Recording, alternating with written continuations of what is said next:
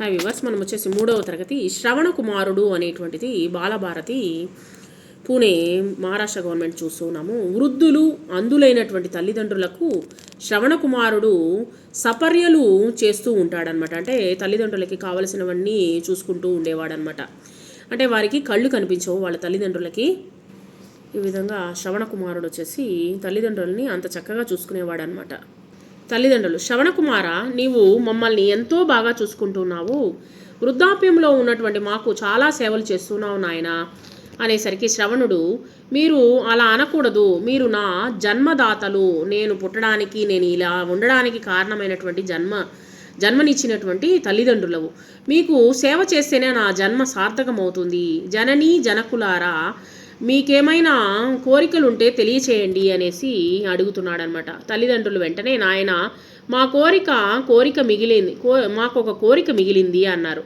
శ్రవణుడు, మీ కోరిక ఏమిటో తెలపండి, తప్పక తీరుస్తాను అన్నాడు. తల్లిదండ్రులు, నాయన నీకు శ్రమ కలిగిస్తున్నాము, అయినా మా కోరికను నీవే తీర్చగలవని తలుస్తున్నాము అని చెప్తూ ఉన్నారనమాట.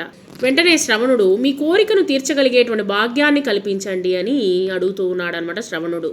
తల్లిదండ్రులు, మాకు తీర్థయాత్రలకు వెళ్ళాలని ఉంది అన్నారు. శ్రవణుడు, అలాగే మిమ్ములను తీర్థయాత్రలకు తీసుకుని వెళ్ళే ప్రయత్నం చేస్తాను.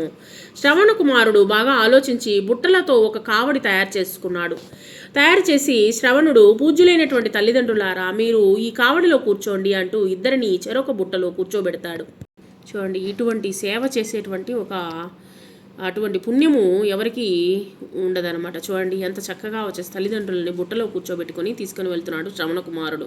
తల్లిదండ్రులు, నాయన ఈ కావడిలో మేము సుఖంగా కూర్చున్నాము, కానీ మమ్మల్ని మోసుకొని పోవుట నీకు భారమేమో అన్నారు. శ్రవణుడు, మీరు నాకు భారము కాదు సుమా, మీచే తీర్థయాత్రలు చేయించి మీ రుణము తీర్చుకుంటాను అని చెప్పాడనమాట. కాబట్టి పిల్లలు చూడండి, తల్లిదండ్రుల సేవయే పిల్లల యొక్క కర్తవ్యము అనేటువంటిది ఈ యొక్క శ్రవణ కుమారుని చూసి మనము నేర్చుకోవాలి.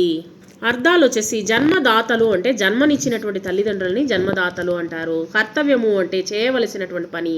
సపర్యలు అంటే సేవలు.